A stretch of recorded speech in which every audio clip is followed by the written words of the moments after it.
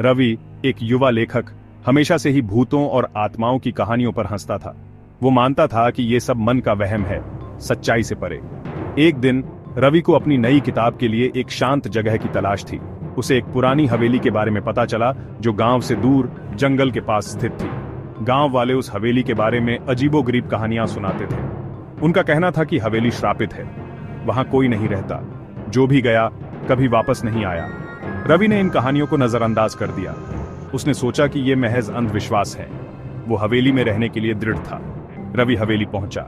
हवेली पुरानी और जीर्ण शीर्ण थी।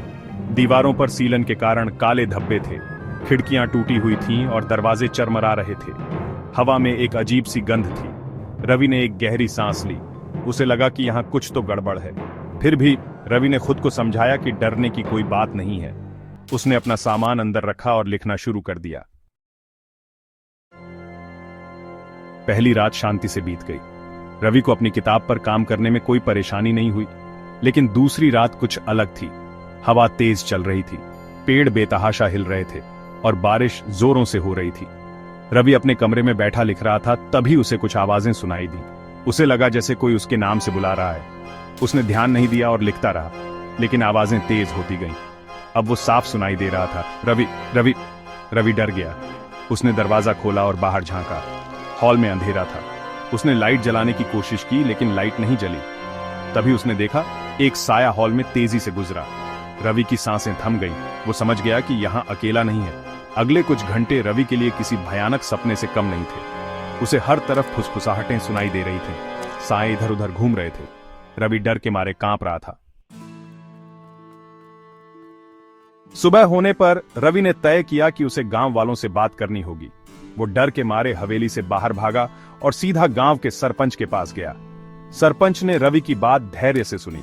सरपंच ने बताया कि हवेली में एक जमींदार रहता था जो बहुत क्रूर था। उसने एक गरीब किसान की बेटी के साथ बुरा व्यवहार किया था। बदला लेने के लिए किसान ने हवेली को श्राप दिया था। कहा जाता है कि किसान की आत्मा अब भी हवेली में भटकती है और किसी को चैन से नहीं रहने देती। रवि हैरान था। उसे यकीन नहीं हो रहा था कि वो उन अंधविश्वासों पर यकीन कर रहा है जिन पर वो हमेशा हंसता था। लेकिन पिछली रात की घटनाओं ने उसे सोचने पर मजबूर कर दिया था। उस रात रवि ने हवेली छोड़ने का फैसला कर लिया। उसने अपना सामान पैक किया और दरवाजे की तरफ बढ़ा। तभी लाइट चली गई। पूरा कमरा अंधेरे में डूब गया। रवि के पीछे एक ठंडी हवा का झोंका आया। रवि पीछे मुड़ा। उसके सामने किसान की आत्मा खड़ी थी। उसके लाल लाल आंखें गुस्से से जल रही थीं। रवि डर के मारे चीख पड़ा। वो भागा और हवेली से बाहर निकल गया। रवि ने कभी पीछे मुड़कर नहीं देखा। वो भागता रहा जब तक वो गांव नहीं पहुंच गया। उसने अपनी आपबीती गांव वालों को बताई। कुछ ने यकीन किया, कुछ ने नहीं। लेकिन एक बात तो तय थी, रवि फिर कभी उस हवेली के पास नहीं गया।